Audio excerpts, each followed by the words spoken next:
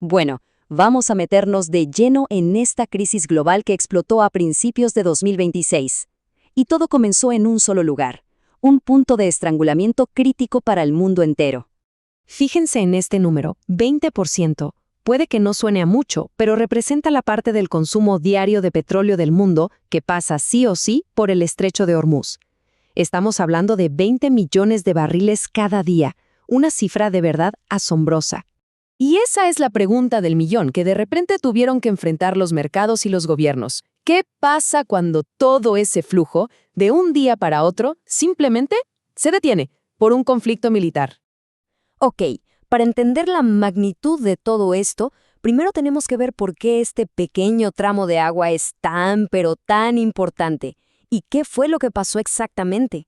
Y ojo que no es solo petróleo, para nada. Es una arteria vital para el gas natural licuado y, aquí viene lo más sorprendente, 1/3 de todos los fertilizantes que se mueven por mar pasan por ahí. Quédense con ese dato, porque va a ser súper importante en un momento. La cosa se puso seria y muy rápido. O sea, la escalada fue vertiginosa. En cuestión de días, pasamos de ataques militares a un bloqueo económico en toda regla. Entonces, aquí está lo importante. Lo que hay que entender. Esto no fue solo una crisis de energía. No. Fue un shock en cadena, un efecto dominó que golpeó a la energía, a los fertilizantes y, por supuesto, a los alimentos. Y para que quede claro, esto no tiene nada que ver con la crisis de Ucrania del 2022. Aquella vez, el suministro se desvió, se buscaron otras rutas, pero ahora, con un bloqueo físico, el suministro simplemente se detuvo en seco. Es un problema totalmente distinto y mucho más grave. Y miren, esta tabla lo explica perfecto. Es lo que los expertos llaman la cascada del azufre. ¿Qué quiere decir? Bloqueas el azufre que sale del Golfo y de repente la producción mundial de fosfatos se ve afectada. El resultado, miren el precio de la urea, casi un 30% más cara en apenas unas semanas. Brutal. Bueno, ya tenemos el escenario planteado. La crisis está ahí. Ahora la pregunta es, ¿cómo la interpretamos? ¿Qué significa todo esto en el fondo?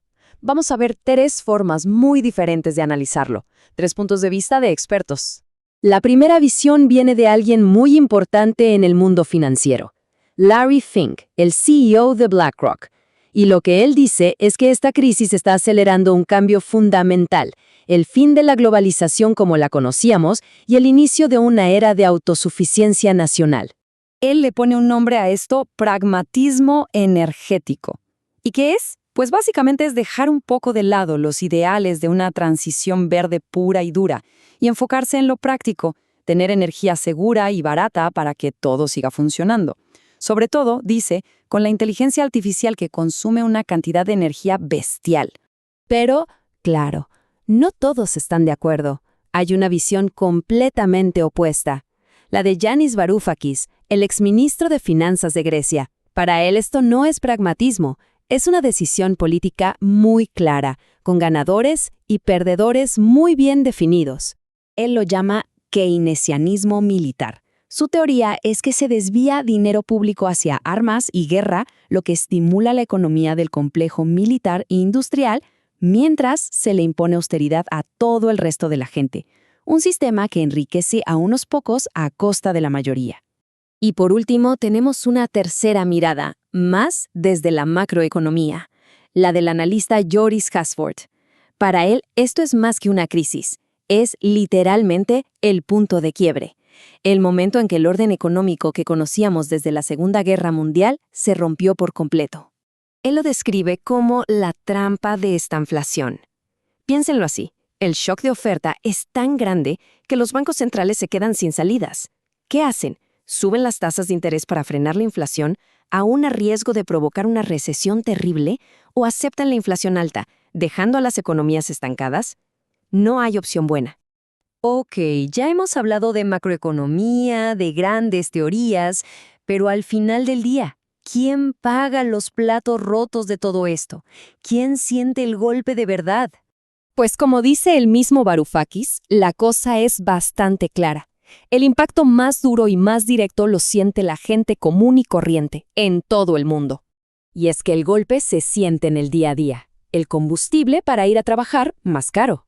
La comida en el supermercado por las nubes. Las facturas de luz y calefacción imposibles de pagar. Y encima, el riesgo de perder el trabajo. El impacto es global, pero claro, se ceba especialmente con los países en desarrollo de África y Asia, donde la seguridad alimentaria se vuelve un problema gravísimo. Y a todo esto, ¿qué pasa con la tecnología y la inteligencia artificial? Pues que también se ven afectadas, y mucho. Esta crisis deja clarísimo que la IA consume una cantidad de energía gigantesca. Y como dice Larry Fink, asegurar esa energía para las redes eléctricas y los centros de datos se ha vuelto de repente una prioridad de seguridad nacional. Frente a este panorama tan complicado, la pregunta es inevitable. ¿Se puede hacer algo? ¿Hay alguna forma de navegar esta nueva realidad y mitigar un poco el daño? Bueno, a nivel personal, los expertos aconsejan reevaluar las finanzas y el consumo. Primero, diversificar las inversiones, porque las estrategias de siempre ya no parecen funcionar. Segundo, algo muy práctico, conservar energía en casa para reducir esas facturas que no paran de subir. Y tercero, empezar a entender el mundo de los activos digitales que podrían ser una vía para participar en el boom de infraestructura del que habla Fink. La conclusión es bastante fuerte. El orden económico que conocimos durante décadas parece haberse roto. Y eso nos deja con la gran pregunta, la más importante de todas, ¿y ahora qué? ¿Qué viene después? Llegar al punto clave no siempre es fácil, pero aquí siempre buscamos el quid. Gracias por tu tiempo y por tu curiosidad. Suscríbete para más respuestas y, como siempre, gracias por estar ahí.